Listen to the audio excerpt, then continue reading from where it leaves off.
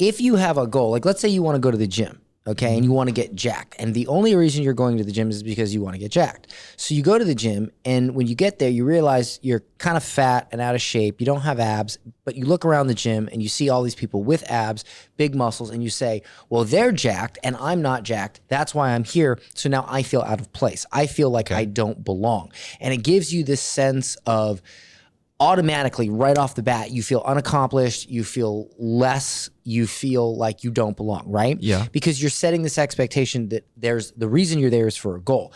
When instead, if you simply fall in love with the process, you fall in love with working out, it doesn't matter what you look like, you love working out, you're going there because you love working out and you love that process. It's sort of like when you do jujitsu, right?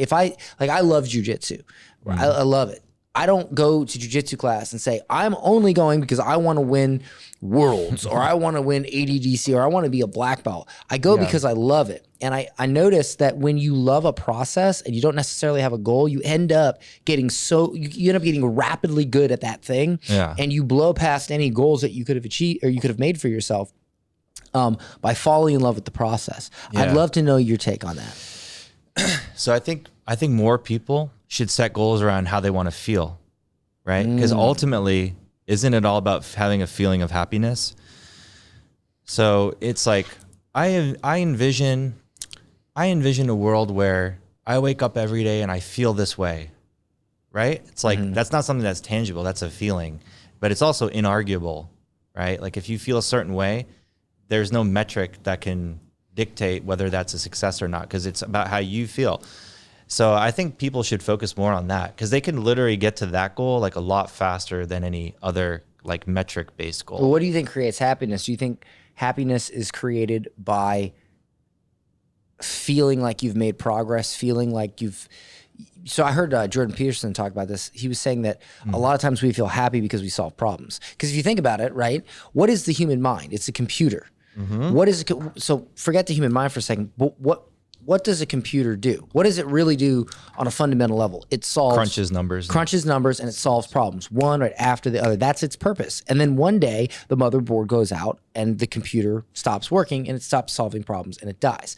The human brain is basically a computer and you know what I'm saying? Like what happens if everything was perfect in your life? You'd almost go crazy. Well, actually we see this with super rich people and celebrities. They're like super depressed because the mind, even when you solve everything, the mind will look for new things to solve. So it might actually drag you down. It might actually cause chaos in your life so that you can solve them. Like a lot of people, they bring themselves down from success because their mind needs a new problem to create and solve. Oh yeah, I can feel that. And that's another thing. There's this amazing book called The Big Leap by Gay Hendricks.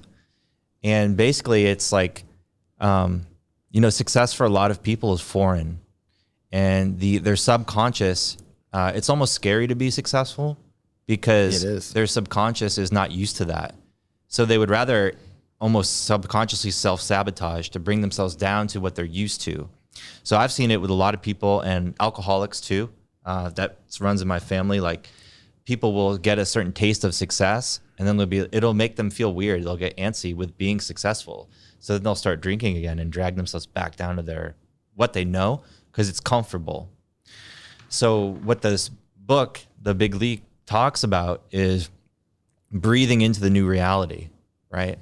And like slowing down and giving yourself time to accept these feelings and then kind of breathe into the next version of yourself and staying focused on that and not allowing the subconscious to bring you back down. Do you think that people oftentimes will, because success can happen fast, it can almost happen overnight, or at least it can feel like that. Yeah. They don't take time to breathe into it? Yeah, dude, I see so many people like, who maybe they made $1 million and that's great. That's like good money, but they're like acting like super stupid. And it's like, dude, are you trying to kill this partnership? Are you trying to self-sabotage in some way? Like I can just see it in people and you can almost look in their eyes and know they know what they're doing is wrong. Yeah. You could see it way behind their eyeballs. They know, and they're still doing it. Yeah, like I think the fake guys out there, maybe they made $1 million. They're acting stupid and trying to get attention, and a lot of times they're just acting stupid to try to bring themselves down. I think the most successful people are like the most like level and kind of calm and chill, and they breathe and they allow themselves to experience this new reality, right?